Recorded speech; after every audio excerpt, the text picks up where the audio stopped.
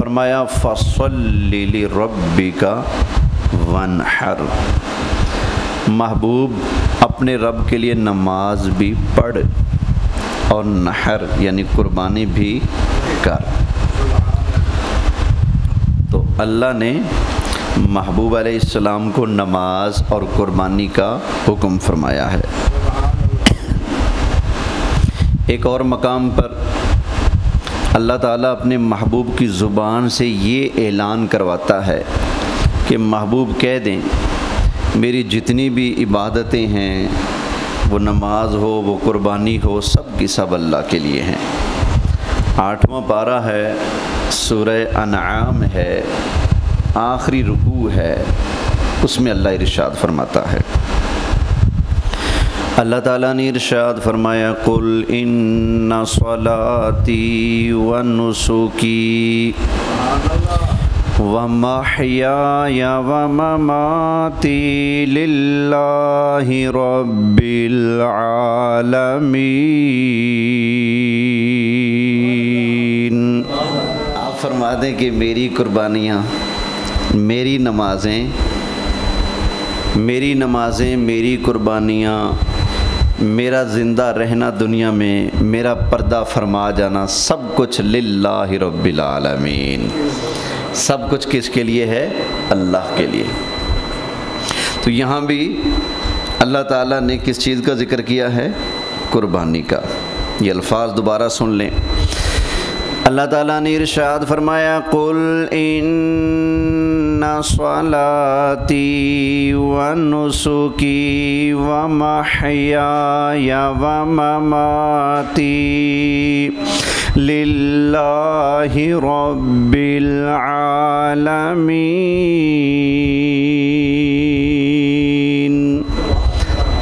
آپ کہہ دیں میری عبادتیں، نمازیں، قربانیاں، دنیا میں رہنا، دنیا سے جانا، سب کچھ اللہ رب العالمین کے لیے ہے۔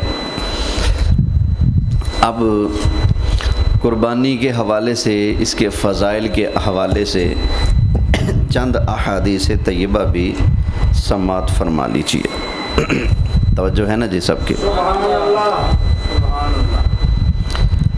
ابو داود شریف میں، ترمذی شریف میں اور ابن ماجہ شریف میں حضرت ام المومنین حضرت عائشہ صدیقہ رضی اللہ تعالی عنہا سے مروی حدیث ہے، نبی کریم صلی اللہ علیہ وآلہ وسلم نے ارشاد فرمایا کہ یوم نحر یعنی ذی الحج کی 10 تاریخ، جس کو یوم نحر قربانی کا دن کہا جاتا ہے، فرمایا کہ یوم نحر کے دن ابن آدم کا کوئی عمل خدا تعالیٰ کے نزدیک خون بہانے یعنی قربانی کرنے سے زیادہ پیارا نہیں ہے۔ عید والے دن، قربانی والے دن اللہ کی بارگاہ میں کوئی ایسا عمل نہیں جو قربانی سے زیادہ پیارا ہو، خون بہانے سے زیادہ پیارا ہو۔ خون کون سا؟ مخصوص جانور کا اللہ کی راہ میں ذبح کرنا، اللہ کی رضا کے لیے۔ اور فرمایا کہ وہ جو جانور تم قربانی کے لیے ذبح کرتے ہو، وہ جانور قیامت والے دن آئے گا اپنے سینگوں، اپنے بالوں اور اپنے کھروں کے ساتھ۔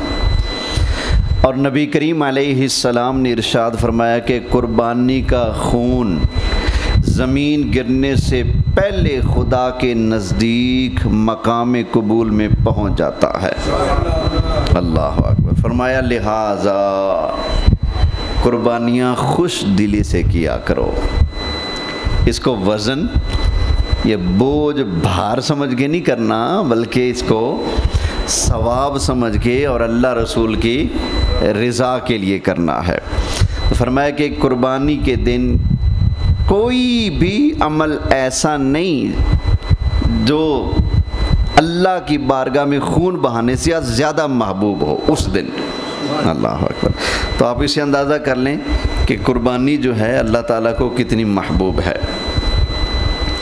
طبرانی شریف میں حضرت سیدنا امام حسن مجتبی رضی اللہ تعالی عنہ بن حضرت شیر خدا علی مرتضیٰ کرم اللہ تعالی وجہہ الکریم سے روایت ہے کہ نبی کریم صلی اللہ علیہ وآلہ وسلم نے ارشاد فرمایا، جس نے خوش دلی سے طالب ثواب ہو کر قربانی کی وہ آتش جہنم سے حجاب ہو جائے گی، یعنی وہ قربانی اس کے لیے قیامت والے دن جہنم کی آگ کے آگے کیا ہو جائے گی؟ حجاب ہو جائے گی، پردہ ہو جائے گی، یعنی قربانی اس بندے اور جہنم کے درمیان میں آڑ بن جائے گی، وہ اس کو دوزخ کی طرف جانے نہیں دے گی۔ کس کو؟ فرمایا جس نے خوش دلی کے ساتھ طالب ثواب ہو کر قربانی کی۔ اللہ اکبر۔ اسی طرح طبرانی شریف میں حضرت عبداللہ بن عباس رضی اللہ تعالی عنہ سے روایت ہے، نبی کریم صلی اللہ علیہ وآلہ وسلم نے ارشاد فرمایا کہ جو روپیہ، جو پیسہ، جو رقم قربانی میں خرچ کیا گیا، فرمایا اس سے زیادہ کوئی پیارا روپیہ پیسہ نہیں ہے۔ سب سے زیادہ پیارا روپیہ، پیسہ، رقم کون سی ہے؟ جو قربانی میں خرچ کر دی گئی، اس سے زیادہ کوئی پیارا مال نہیں ہے۔ اللہ اکبر۔ یہ طبرانی شریف کے اندر حدیث موجود ہے۔ اسی طرح ابن ماجہ شریف میں حضرت سیدنا ابو ہریرہ رضی اللہ تعالی عنہ سے روایت ہے، نبی کریم صلی اللہ علیہ وآلہ وسلم نے فرمایا کہ جس بندے کے اندر قربانی کرنے کی وسعت ہو، طاقت ہو، یعنی کہ وہ نصاب کو پہنچتا ہو، قربانی کر سکتا ہو اور وہ نہ کرے، تو پھر نبی کریم علیہ السلام نے فرمایا جس کے اندر قربانی کرنے کی وسعت ہو اور وہ قربانی نہ کرے، فرمایا وہ ہماری عیدگاہ کے قریب نہ آئے، وہ ہماری عیدگاہ کے قریب۔ اس کا مطلب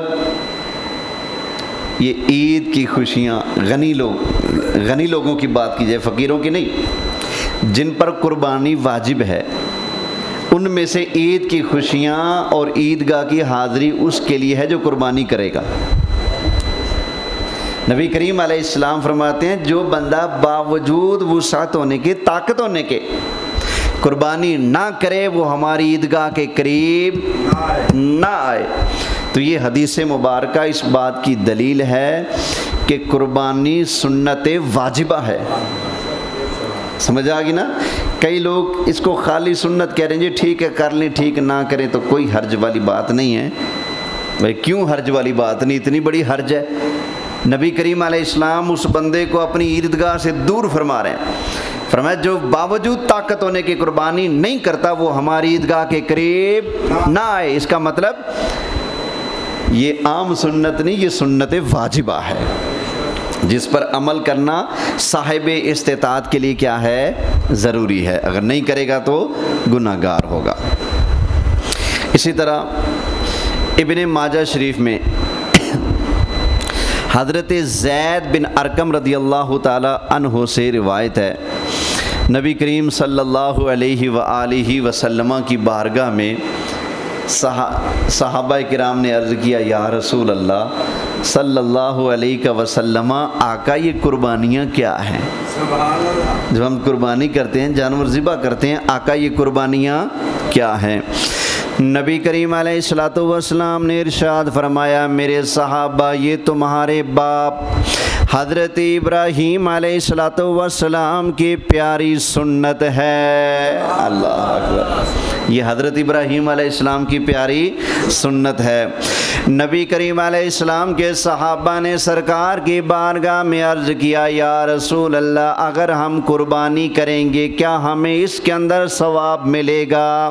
نبی کریم علیہ الصلوۃ والسلام نے ارشاد فرمایا، ہاں میرے صحابہ، قربانی کے جانور کے ہر بال کے بدلے میں تمہیں اللہ نیکیاں عطا فرمائے گا۔ ہر بال کے بدلے میں۔ اچھا، بال ہوتے ہیں اونٹ کے جسم پر، بھیڑ کے جسم پر، گائے کے جسم پر۔ اب بھیڑ کے جسم پر تو اون ہوتی ہے نا، باقیوں کے جسموں پر بال ہوتے ہیں۔ صحابہ نے پوچھا آقا بالوں پر تو نیکی ملے گی کیونکہ اون زیادہ ہوتی ہے، تو اون کے بارے میں کیا خیال ہے؟ فرمایا اون کے بھی ہر ذرے پر اللہ نیکیاں عطا فرمائے گا۔ اللہ اکبر۔ اب اندازہ کریں جو جانور ہم اللہ کی راہ میں ذبح کرتے ہیں قربانی کے لیے، اس کے جسم پر کتنے بال ہوتے ہیں،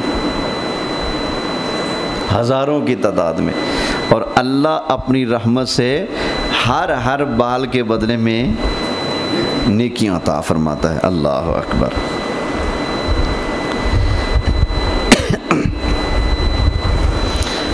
ایک اور حدیث پاک سنیے،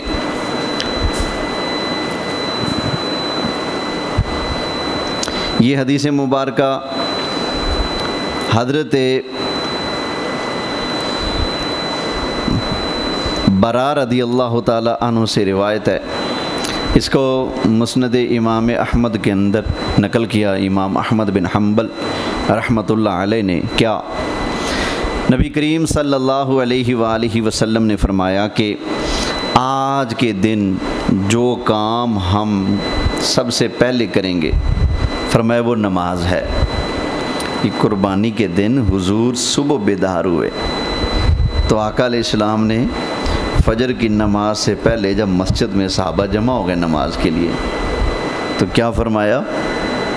فجر کی نماز کے وقت فرمایا آج ہم جو پہلا کام کریں گے، یعنی اب اس نماز کے بعد، فجر کی نماز پڑھنے کے بعد ہم بعد میں جو پہلا کام کریں گے، اللہ کے محبوب علیہ السلام نے فرمایا وہ پہلا کام ہے نماز، یعنی عید کی نماز پڑھیں گے۔ پھر فرمایا پھر اس کے بعد ہم قربانی کریں گے۔ اللہ اکبر، ہم قربانی کریں گے۔ فرمایا جس نے ایسا کیا وہ ہماری سنت کو پہنچ گیا، اس نے ہماری سنت کو پا لیا، اور جس نے عید پڑھنے سے پہلے جانور ذبح کر ڈالا، نبی کریم علیہ السلام نے فرمایا وہ اس کے لیے گوشت ہے جو اس نے اپنے گھر والوں کے لیے تیار کر لیا ہے پہلے ہی، وہ قربانی نہیں ہے، وہ کیا ہے؟ گوشت ہے۔ اللہ اکبر۔ فرمایا کہ قربانی سے اس کا کوئی تعلق نہیں ہے۔ نبی کریم صلی اللہ علیہ وآلہ وسلم ارشاد فرماتے ہیں کہ جب 10ویں کا دن آ جائے تو صاحب نصاب جو مالک نصاب ہو اس پر قربانی کرنا ہے نماز کے بعد۔ آقا علیہ السلام نے فرمایا یہ حکم اس کے لیے ہے جو شہر میں رہتا ہے اور جو دیہات میں رہتا ہے، جہاں پر جمعہ کی شرائط وغیرہ نہیں ہوتی، تو فرمایا کہ دیہات والوں کے لیے وہ فجر کے بعد قربانی کر سکتے ہیں۔ اگر وہ فجر پڑھ کر نماز عید سے پہلے قربانی کریں گے ان کی ہو جائے گی، لیکن اگر شہر والے نماز عید سے پہلے قربانی کریں گے تو فرمایا ان کی قربانی قبول نہیں ہوگی، اس لیے کہ وہاں عید کے اجتماع کی اور جمعہ شریف کے اجتماع کی شرائط پائی جاتی ہیں، لہذا وہاں پہلے عید کا ہونا ضروری ہے، قربانی کا وقت بعد میں ہے، اور دیہات میں چونکہ جمعہ فرض نہیں ہوتا، اس کی شرطیں نہیں پائی جاتی، تو اس لیے نبی کریم علیہ السلام نے فرمایا دیہات والوں کے لیے مسئلہ الگ ہے، شہر والوں کے لیے مسئلہ الگ ہے۔ دیہات والے عید کی نماز پڑھنے سے پہلے فجر کے بعد بھی اگر قربانی کریں گے فرمایا ان کی قربانی ہو جائے گی۔ توجہ ہے جی؟ محبت سے بولنے سبحان اللہ۔ اب یہاں پر ایک اور حدیث پاک بخاری شریف سے بھی سن لیجئے، یہ میرے ہاتھ میں صحیح بخاری شریف ہے، اس کے اندر حدیث موجود ہے۔ نبی کریم علیہ السلام کے صحابی حضرت برا بن عازب رضی اللہ تعالی عنہ روایت کرتے ہیں، یہ بخاری شریف کی حدیث نمبر ہے 5545۔ وہ فرماتے ہیں کہ نبی کریم علیہ السلام نے ارشاد فرمایا، عید والے دن صبح آقا علیہ السلام نے فرمایا نبی کریم علیہ السلام نے ارشاد فرمایا ان اول ما نبدأ به فی یومنا ھذا نصلی،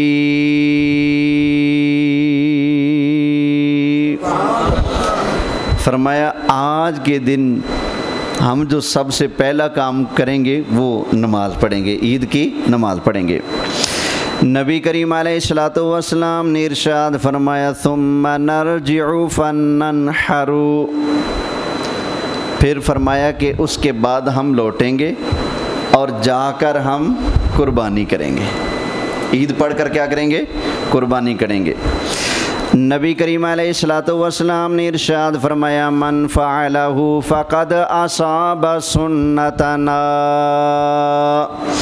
جس بندے نے ہمارے طریقے کے مطابق عید اور قربانی کو ادا کیا، یعنی کہ پہلے نماز عید ادا کی اس کے بعد قربانی کی، نبی کریم علیہ السلام نے ارشاد فرمایا فقد اصاب سنتنا، اس بندے نے ہماری سنت کو پا لیا،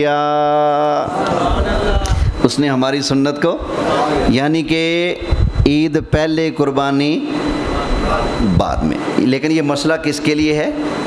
شہر والے کے لیے۔ آگے فرمایا نبی کریم علیہ الصلوۃ والسلام نے ارشاد فرمایا ومن ذبح قبل فإنما هو لحم قدمہ لأہلہ لیس من النسک فی شیء، نبی کریم علیہ السلام نے ارشاد فرمایا جس نے عید کی نماز پڑھنے سے پہلے قربانی کا جانور ذبح کر لیا، وہ اس کے لیے صرف گوشت ہے، اس کا قربانی سے کوئی تعلق نہیں، وہ صرف گوشت ہے، حلال ہے، کھا سکتا ہے، خود بھی اس کے گھر والے بھی کھا سکتے ہیں۔ نبی کریم علیہ السلام نے جب یہ فرمایا، حضور علیہ السلام کے ایک صحابی جن کا نام ہے حضرت ابو بردہ رضی اللہ تعالی عنہ، نبی کریم علیہ السلام کی بارگاہ میں کھڑے ہو کر عرض کرنے لگے یا رسول اللہ وقد ذبح، یا رسول اللہ میں نے تو عید کی نماز پڑھنے سے پہلے اپنا جانور ذبح کر لیا، یا رسول اللہ میرا کیا بنے گا؟ میں نے اپنا جانور پہلے ذبح کر لیا، اب میرا کیا بنے گا؟ ان عندی جزع، آقا میرے پاس لیلا ہے 6 مہینے کا ہے، چھوٹا ہے، اب میں کیا کروں؟ میرے پاس تو کچھ اور ہے ہی نہیں، کیسے قربانی کروں؟ آپ نے فرمایا جو عید کی نماز سے پہلے ذبح کر لیا جائے اس کا عید قربانی سے کوئی تعلق نہیں، وہ صرف گوشت ہے، قربانی سے اس کا کوئی تعلق نہیں۔ آقا میں نے تو عید پڑھنے سے پہلے ذبح کر لیا، اب دوسرا کوئی جانور ہے نہیں، قربانی کیسے کروں؟ 6 مہینے کا ایک بکری کا لیلا ہے۔ نبی کریم علیہ الصلوۃ والسلام کی بارگاہ میں صحابی نے جب یہ عرض کیا، اللہ کے محبوب علیہ الصلوۃ والسلام نے ارشاد فرمایا اذبح، فرمایا جا میرے غلام جا کر بکری کے 6 مہینے کے لیلے کو ذبح کر لے، فرمایا ولن تجزی عن احد بعدک، یہ اجازت میں مصطفیٰ صرف تجھے دے رہا ہوں، تیرے علاوہ کسی اور کو بکری کا 6 مہینے کا لیلا ذبح کرنے کی اجازت نہیں ہے۔ فرمایا یہ اجازت میں صرف تجھے دے رہا ہوں۔ اچھا یہاں میرے آقا علیہ السلام کا مختار ہونا، آقا علیہ السلام کے اختیار ہونا ثابت ہوتا ہے۔ میرے پاس آپ کے پاس کوئی بندہ آ جائے جی قربانی پہلے کر بیٹھا، عید تو ہو گئی کہ نہیں، ہم کیا کہیں گے؟ بھائی حضور نے فرمایا شہر والا اگر عید کی نماز سے پہلے قربانی کر لے تو اس کی قربانی نہیں ہوتی، دیہات والا کر لے گا تو اس کی ہو جائے گی، حدیث میں آیا پڑا ہے۔ تو شہر میں رہتا ہے تو تیری قربانی نہیں ہوئی، دوبارہ قربانی کر۔ اوکے جی میرے پاس تو 6 مہینے کا لیلا ہے بکری کا، 8 مہینے کا ہے، چلو 11 مہینے کا لیلا ہے بھی موٹا تازہ، قربانی کر لوں؟ میں کہوں گا نا بھائی 11 مہینے 28 دن کا بھی اگر ہے نا میں نہیں اجازت دے سکتا، کیوں؟ میری یہ اتھارٹی، میرے پاس اس کا اختیار نہیں ہے۔ پر وہ صحابی مسئلہ پوچھنے کے لیے مولوی صدام کے پاس تو نہیں آئے تھے نا، وہ تو اللہ کے مختار محبوب کے پاس آئے تھے نا، آ کر عرض کیا آقا ارشاد فرمائے میں اب کیا کروں؟ نبی کریم علیہ الصلوۃ والسلام نے ارشاد فرمایا میرے صحابی جا کر بکرے کا 6 مہینے کا لیلا ذبح کر لے، میں مصطفیٰ کریم علیہ السلام تجھے اجازت دے رہا ہوں، تیرے لیے جائز ہے۔ فرمایا تمہارے بعد قیامت تک کسی اور کے لیے بکرے کا 6 ماہ کا لیلا قربانی کرنا جائز نہیں ہے۔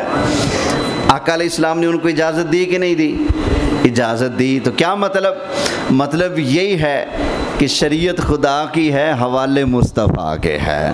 نبی کریم علیہ السلام اللہ کی دی ہوئی عظمت اور طاقت کے ساتھ شریعت کے احکام میں تصرف فرماتے ہوئے جس کے لیے جو چاہتے تھے سرکار حلال فرماتے، اجازت عطا فرما دیتے تھے۔ بولیے سبحان اللہ۔ اب یہ دیکھیں نا، کیا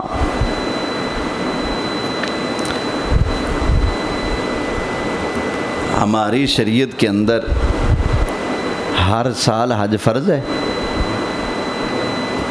ہر بندے پر ہر سال حج فرض ہے؟ بولیں نہیں۔ اگر بندہ مالک نصاب ہو تو حج زندگی میں کتنی بار فرض ہوتا ہے؟ صرف 1 بار، زیادہ نہیں۔ اگر میں اعلان کر دوں کہ حضرات جو مالک نصاب ہیں زندگی میں ان پر 2 مرتبہ حج فرض ہے، مان لو کہ میری گل؟ بولیں میں کہوں جی 2 مرتبہ فرض ہے یا ہر سال فرض ہے، میری بات مان لیں گے؟ نہیں مانیں گے۔ اگر میں ایسا فتویٰ دوں تو آپ کہیں گے بھئی آئندہ جمعے ممبر تے نہ چڑھی، شریعت تیرے پیو دی تھوڑی تو آپ بنا کے چھڑی جاویں۔ تو کون ہوتا ہے شریعت کے اندر اپنا عمل دخل کرنے والا؟ سمجھ آ گئی نا؟ اس کا مطلب میں اپنی لیمٹس کراس نہیں کر سکتا، اس لیے کہ میں کسی چیز کو فرض کرنے کا اختیار نہیں رکھتا، وہ تو اللہ کے محبوب ہے نا۔ نبی کریم علیہ الصلوۃ والسلام نے ارشاد فرمایا میرے صحابہ تم پر حج فرض ہے۔ حضور کے ایک صحابی کھڑے ہو گئے، آقا ہر سال فرض ہے؟ ادھر سے پوچھا نا، سرکار نے ادھر رخ پھیر لیا، وہ ادھر سے آ گئے، آقا ہر سال فرض ہے؟ آقا علیہ السلام نے ادھر رخ پھیر لیا، وہ ادھر سے آ گئے، آقا تساں فرمایا حج فرض ہے، کیا ہر سال حج فرض ہے؟ نبی کریم علیہ السلام نے فرمایا جدوں میں چپ کر جاواں نا تو سمجھ چپ کر جائے کرو۔ فرمایا لو قلت نعم لوجبت، اگر میری زبان وچوں ہاں نکل جاندا تواڈے اُتے ہر سال حج فرض ہو جاندا۔ اور پتہ چلیا میرے آقا علیہ السلام ہاں کرن تاویں شریعت بندی ہے، سرکار نہ کرن تاویں شریعت بندی ہے۔ سبحان اللہ، توجہ ہے نا؟ پھر یہ نہیں کہہ سکتے کہ رسول کے چاہنے سے کچھ نہیں ہوتا۔ جس کا نام محمد یا علی ہے وہ کسی چیز کا مختار نہیں۔ بالکل جھوٹی بے باکانہ اور بے ادبی والی یہ باتیں ہیں، یہ نہیں کہنا چاہیے، بلکہ یہی کہنا چاہیے شریعت خدا کی ہے، حوالے مصطفیٰ کے ہے۔ نبی کریم علیہ السلام جس کو جو چاہتے جب چاہتے اجازت عطا فرما دیتے تھے۔ اب یہ دیکھیں نا، سونا پہننا مرد کے لیے جائز ہے؟ بندے آستے مرد کے لیے سونا پہننا کیا ہے؟ حرام ہے۔ کیا ہے بولیں؟ حرام ہے۔ لیکن سرکار کے ایک صحابی ہیں حضرت سراقہ، جب حضور ہجرت کر کے جا رہے تھے کافروں نے کہا جو پکڑ کے لائے گا حضور کو اس کو 100 اونٹ انعام ملیں گے۔ تو یہ لالچی لوگ دوڑ پڑے، انہی میں سے ایک سراقہ بھی تھے، آگے حضور علیہ السلام کا راستہ روکنے لگے۔ فرمایا کیا کر رہا ہے؟ کہتا ہے جی آپ کو پکڑ کر لے جاؤں گا، 100 اونٹ انعام ملے گا۔ فرمایا اوے تو 100 اونٹوں کے پیچھے مرتا پھر رہا ہے اور میں مصطفیٰ دیکھ رہا ہوں کیسر و کسرا بادشاہ کے سونے کے خزانے اور کنگن تیرے ہاتھ میں ہوں گے۔ فرمایا تو 100 اونٹوں کے پیچھے مرتا ہے اور میں دیکھ رہا ہوں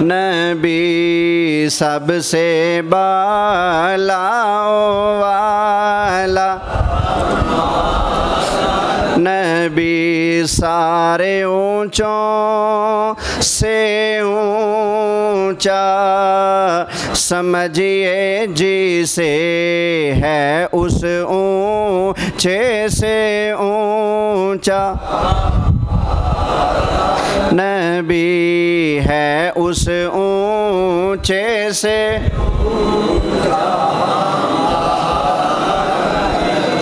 یہاں پر ایک بڑا ضروری مسئلہ کر دوں. کئی لوگ نا موسم کے حساب سے شرلیاں چھوڑتے ہیں اور مسلمانوں کے ذہنوں کو منتشر اور شک میں ڈال کر ان کی عبادتوں کو کمزور کرنے کی کوشش کرتے ہیں، شک میں ڈالتے ہیں. اور اللہ نے پہلے فرمایا تھا کئی لوگ ہوں گے جو وسوسے ڈال کر مسلمانوں کو کچا کرنے کی کوشش کریں گے. اس لیے تو سورۃ الناس میں تعلیم فرمایا قل اعوذ برب الناس مالک الناس الہ الناس من شر الوسواس الخناس الذی یوسوس فی صدور الناس. میں مالک کائنات کی پناہ میں آتا ہوں وسوسہ ڈالنے والوں کے وسوسے سے، جو وسوسہ وہ لوگوں کے دلوں میں ڈالتے ہیں. وہ ڈالنے والے کون ہیں؟ من الجنۃ والناس، وہ جن بھی ہیں انسان بھی ہیں. تو ان بندے بھی وسوسہ ڈالتے ہیں، اگلے کی عبادات کو مشکوک بناتے ہیں. اسی طرح جن شیطان یہ بھی ذہنوں میں کیا ڈالتے ہیں؟ ساری زندگی کی مسلمانوں کٹے دی قربانیاں کر دے آ رہے ہیں. کئی لوگوں نے آ کے نواں کٹا کھولیا، وہ کہتے ہیں جی کٹے کی قربانی نہیں ہوتی. سنا ہے نا جی، ایک مولوی صاحب گئے ہوئے تھے، سمجھ گئے نا، یہ گئے ہوئے تھے منڈی میں، وہاں پر قربانی کے جانور بک رہے تھے. کٹے کے پاس کھڑے کر انہوں نے ویڈیو بنائی. اس کی تو قربانی جائز ہی نہیں ہے، اس کی قربانی کوئی شریعت میں نہیں، بالکل غلط کر رہے ہو، کٹے کی قربانی جائز کوئی نہیں. منڈی میں جا کر نیا کٹا کھول دیا. تو میں ان سے کہوں گا کہ جناب والا کبھی پڑھنے کی زحمت فرما لیا کریں. یہ غیر مقلدین اہل حدیث وہابیوں کے سب سے بڑے مفتی اعظم ہند ثم مفتی اعظم پاکستان بنا تو پاکستان میں آگے تھے. پہلے امرتسر کے یہ اہل حدیث وہابیوں کے مفتی اعظم ہیں. ان کا نام لکھا ہوا ہے، نام سے اندازہ کر لیں کہ بندہ چھوٹا نہیں. شیخ الاسلام. شیخ الاسلام دا مطلب ہے اسلام دا بزرگ. بھائی جس کو یہ اسلام کا بزرگ کہیں گے بندہ ماڑا ہوئے گا؟ بولیں. شیخ الاسلام حضرت مولانا ابو الوفا ثناء اللہ امرتسری. ثناء اللہ امرتسری صاحب، ان کا یہ فتاویٰ ثنائیہ ہے، جلد پہلی ہے، صفحہ نمبر 808 ورقے دا پاسا سجا. ٹھیک ہے، سب سے آخری ورقہ، سب سے آخری فتویٰ پہلی جلد کا. صاف لکھا ہوا ہے کٹے کی بھینس کی قربانی کرنا جائز ہے.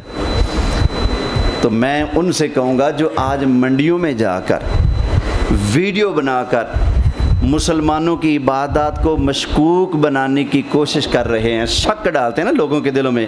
آج لوگ کٹے کی قربانی کر تو لیتے ہیں لیکن ان لوگوں کی وجہ سے شک میں پڑتے ہیں، یار پتہ نہیں ہوئی کہ نہ ہوئی کہ نہ ہوئی کہ نہ. میں کہوں گا ذرا منڈی میں جا کر جانوروں کے پاس کھڑے ہو کر ان پڑھ لوگوں کے درمیان جا کر یہ بحث چھیڑنے والوں کے کٹے کی قربانی نہیں ہوتی، ذرا پہلے اپنے گھر کی کتابوں کی تو خبر لے لو. صاف لکھا ہے فتاویٰ ثنائیہ کے اندر، اور فتاویٰ اصحاب الحدیث جلد 13 کے اندر تو صاف لکھا ہے کہ بھینس اور کٹے کی قربانی کرنا عین قرآن کے مطابق ہے، قرآن کے خلاف نہیں ہے. یہ صاف لکھا ہوا میں دکھاتا ہوں. لہذا میں گزارش کروں گا کہ آپ نے اپنی قبر میں جانا ہے. آپ کٹے کی قربانی نہیں جائز سمجھتے نہ کرو، آپ بھینس کی قربانی نہیں کرتے نہ کرو. ہم کرتے ہیں ہمارے سادے بندوں کو چھیڑ کر اور ان کے ذہنوں میں شیطان کی طرح وسوسے ڈال کر ان کی عبادتوں کو مشکوک مت بناؤ. تم نے نہیں کرنی 100 مرتبہ نہ کرو, جس کی مرضی کرو, ہمیں کوئی اختلاف نہیں. آپ جس کی مرضی کرو, ہمیں کوئی اختلاف نہیں.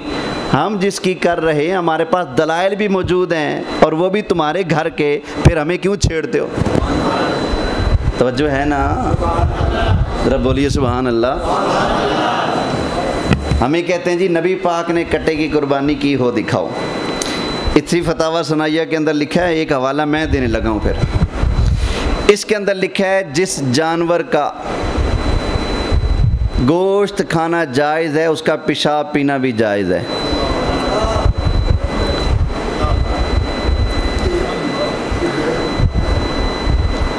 اب میں بھی تو پوچھتا ہوں, ساڑھے جٹاں کو پوچھ دے ہو کٹے دی قربانی کتنے لکھی, جڑا مسئلہ تو بنایا کتنے لکھا ہے؟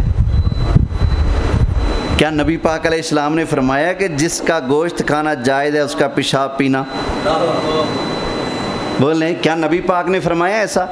اگر سرکار نے فرمایا ہو تو حدیث دکھاؤ, وگرنہ میں حدیث دکھاتا ہوں. اللہ کے محبوب علیہ السلام نے فرمایا پیشاب کے چھینٹوں سے بچو, عام طور پر عذاب قبر اسی وجہ سے ہوتا ہے. میں حدیث دکھاتا ہوں, صاف حدیث.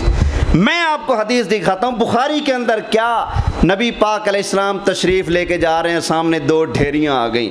سرکار رک گئے, ایک ٹہنی توڑی درخت سے, 2 ٹکڑے کیے, ایک اس ڈھیری پر رکھا, ایک اس پر رکھا. صحابہ نے پوچھا کیا ہے؟ فرمایا یہ 2 ڈھیریاں 2 مسلمانوں کی قبریں ہیں, دونوں کو قبر کے اندر عذاب ہو رہا تھا. آقا وجہ کیا؟ فرمایا ایک پیشاب کے چھینٹوں سے نہیں بچتا تھا, دوسرا دوسرے مسلمانوں کی چغلی کرتا تھا. جس کے اوپر چھینٹے پڑ جائیں اس کو پھینٹا لگ رہا ہے قبر کے اندر, تو جو پیے گا. بولے بھائی, آج بھی سعودیہ میں چلے جائیں, جب سے یہ 1925 سے عرب کے اندر جب سے یہ نجدی حکومت آئی ہے, نجدیوں کو آپ دیکھیں گے ہندوؤں والا کام کرتے ہیں. کیا ادھر گائے پیشاب کرتی ہے نا تو ہندو یوں کرتے ہیں کہ نہیں؟ میں آپ کو ثبوت دیتا ہوں, اونٹ پیشاب کرتا ہے تو نجدی یوں کرتا ہے. ہاں جی, دیکھا ہوا ہے نا, گواہ بھی مل جائیں گے باقاعدہ ان کے فتاوی جات میں. میرے ہاتھ موجود ہے, جس کا دل کرے میں دکھانے کو تیار ہوں. صاف لکھا ہے لا باسا ببول ما یوکل لحمہ. ہمیں کہتے ہیں جی 11ویں کتنے لکھی؟ جس کے پیٹ میں پیشاب جانا ہے وہاں حلوے کا کیا کام, وہاں کھیر کا کیا کام, وہاں دودھ کا کیا کام. بولیں سبحان اللہ. توجہ ہے جی. اس کا صفحہ نمبر, لائن نمبر میں جان بوجھ کے نہیں بتا رہا, شاید کوئی حوالہ پوچھے پھر بتاؤں گا تو مزہ اور ہوگا, ٹھیک ہے نا. بس اتنی گزارش کروں گا. یہ میں نے حوالہ اس لیے پیش کیا ہے کہ انہوں نے ہمارے جٹ لوگوں کے ایمان پر ڈاکہ ڈالنے کی کوشش کی. وہ قربانی کر رہے ہیں, تو نے نہیں کرنی نہ کر, ان کو کیوں خراب کرتا ہے؟ جب تم ہمارے بندوں کو پکڑ کر یہ کرو گے تو پھر ہماری طرف سے پھر جو حوالہ آئے گا پھر اس کو بھی برداشت کرنا ہوگا.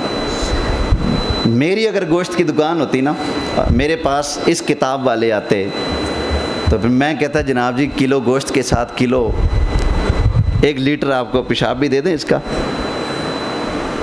بھئی کیوں ایسے فتوے دیتے ہو, کیوں ایسی باتیں لکھتے ہو؟ اور تو اور یار, ہندو لوگ تمہارا مذاق نہ اڑائیں تو کیا کریں؟ تم کہتے ہو ہندو کو کہ تم گاؤں ماتا پیتے ہو, تم گائے کا پیشاب پیتے ہو, ہندو تمہیں کہتا ہے کہ تم اونٹ.